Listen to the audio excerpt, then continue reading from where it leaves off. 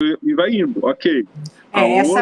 Essa foi outra confusão. Você lembra quando a gente perguntava, está pactuado? Está formalizado? Né? Porque Exato. fazer a fábrica de serviço qual que era o objetivo, né?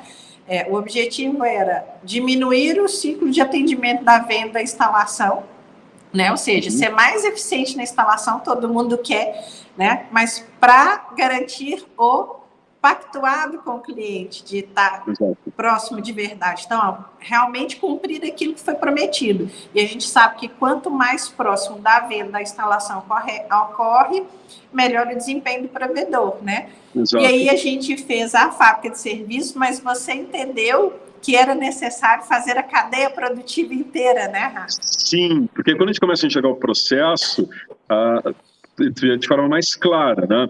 Isso que tu falou, Hilda, o que a agenda de instaladores, a gente falava muito, né? Eu lembro que comparava isso, era como o avião que decola com um número de assentos. Olha, decola um avião hoje, amanhã com 200 assentos. Quantos estão ocupados? 100. 100 assentos ficaram ociosos. Não se recupera mais o voo de amanhã. Já passou. Ele já decolou com aquele custo instalado, fixo, do combustível, da equipe, do avião. E se eu transportei só 100 e não 150, 180, perdi. Mas eu vou recuperar no próximo. No próximo, tu vai recuperar a ineficiência desse. E aí, tu não recupera se no mês é limitado o recurso. Se eu tenho um voo por dia com 200 assentos, eu tenho 30 dias de voo, então eu tenho 600, né, no final das contas. E é isso, não vai fazer mágica. Então eu perdi, eu não vou botar mais, gente, eu posso botar mais nos outros, mas aquilo que eu perdi eu não recupero. E assim as agendas das equipes. Se eu tenho uma equipe que faz 5 instalações no dia, e eu tenho 10 equipes, eu tenho 50 instalações no dia.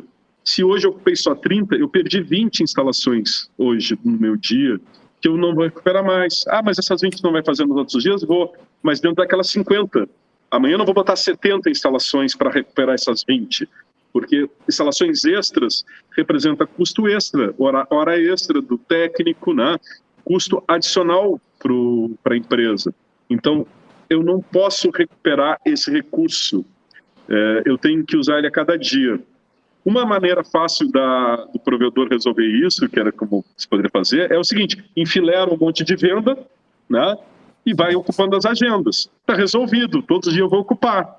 Mas aí eu vou ferir o que a gente estava discutindo, que eu acabou de dizer, que é a expectativa do cliente.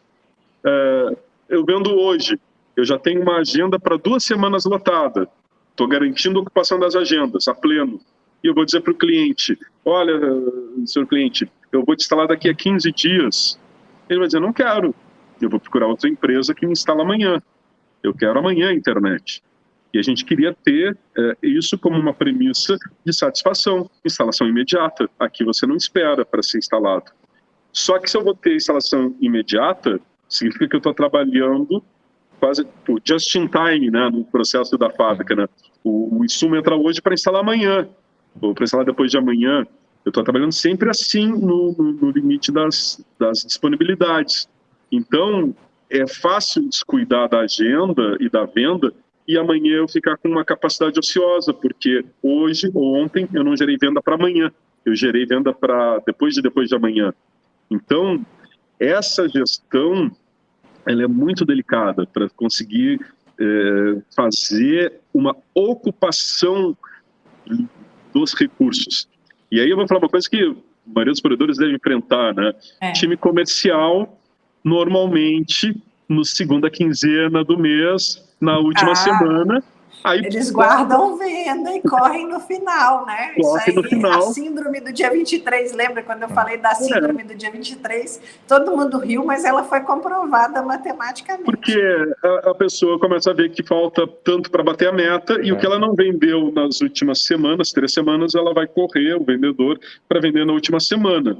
Aí o que acontece? Ficamos 3 semanas com agendas ociosas e na última semana gerou um volume de vendas que não tem como suprir a agenda, vai engargalar, vai gerar 1, 2 semanas ou mais de espera, que era o que acontecia na nossa empresa, e pressão da equipe comercial. Tem que ter agenda extra, senão está lá, eu não vou bater a meta.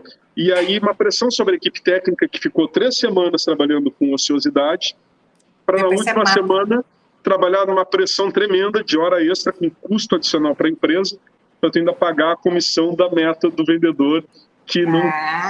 Essa aí não falha, não. Não. Então, essa aí não falha, não.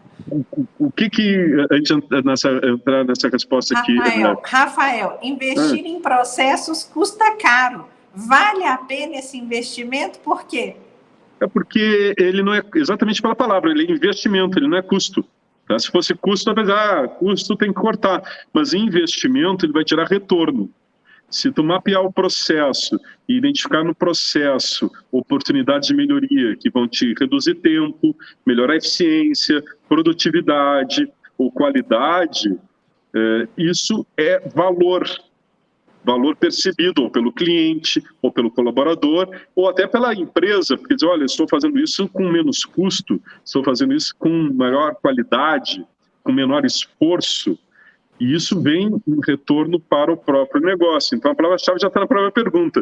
Não é custo, ele é investimento, e todo investimento tem seu potencial de retorno. É fácil? Não é. Existe trabalho, existe dedicação, existe conhecimento, profissional habilitado, aí como a Ilda Brasil, né, Naldo Piver, que vai nos ajudar com as ferramentas necessárias para enxergar aonde estão essas oportunidades de melhoria que vão gerar ganho. Se gerou ganho, o investimento se paga. Ele se paga e retorna, né? Esse é o ponto fundamental. Vou só fazer uma provocação aqui, mais uma, né, Rafael? A questão é, a lagarta não precisa de milagre para virar borboleta, ela precisa de processo, né? Só que leva tempo, né, Rafael? Mais de 7, você não entra com conhecimento novo, não é um processo de input, output automático. São pessoas, né, Ilda? São, né? Então, assim como isso não é pré-formatado. Como o Rafael teve que passar por um processo de convencimento, a equipe teve que passar por um processo de convencimento. Olha, mudamos, vamos redesenhar, agora o fluxo é assim. Mas antes eu não precisava. Antes não, agora precisa. Por quê? Claro, aí tem todo um conjunto, né, Ilda, que a gente falou ali um pouco antes, que veio antes desse processo, que é toda essa questão da cultura e do desenho de ideais, de aspiração, de propósito, que a gente veio anos antes preparando as equipes para se abrirem a isso. Tá? E aí entra um aspecto muito interessante, são pessoas, né? O Reinaldo era testemunha lá que ele acompanhava o RH. Quando a gente fez um grande evento de lançamento de todo esse projeto, que envolveu toda a questão da cultura da empresa, teve colaboradores que no dia seguinte nos procurou, né, Reinaldo, e disse, olha, bacana, parabéns, muito bonito, mas eu não me vejo neste processo. Não é para mim. Pediu demissão. Pediu demissão. Né, Reinaldo? Porque no dia mesmo, no dia teve uns que saíram do cinema passando mal. Já no próprio dia. A gente fez um evento numa sala de cinema, né? Com toda a equipe, projeção e tal. Eu não vou negar, tem gente que não conversa comigo até hoje.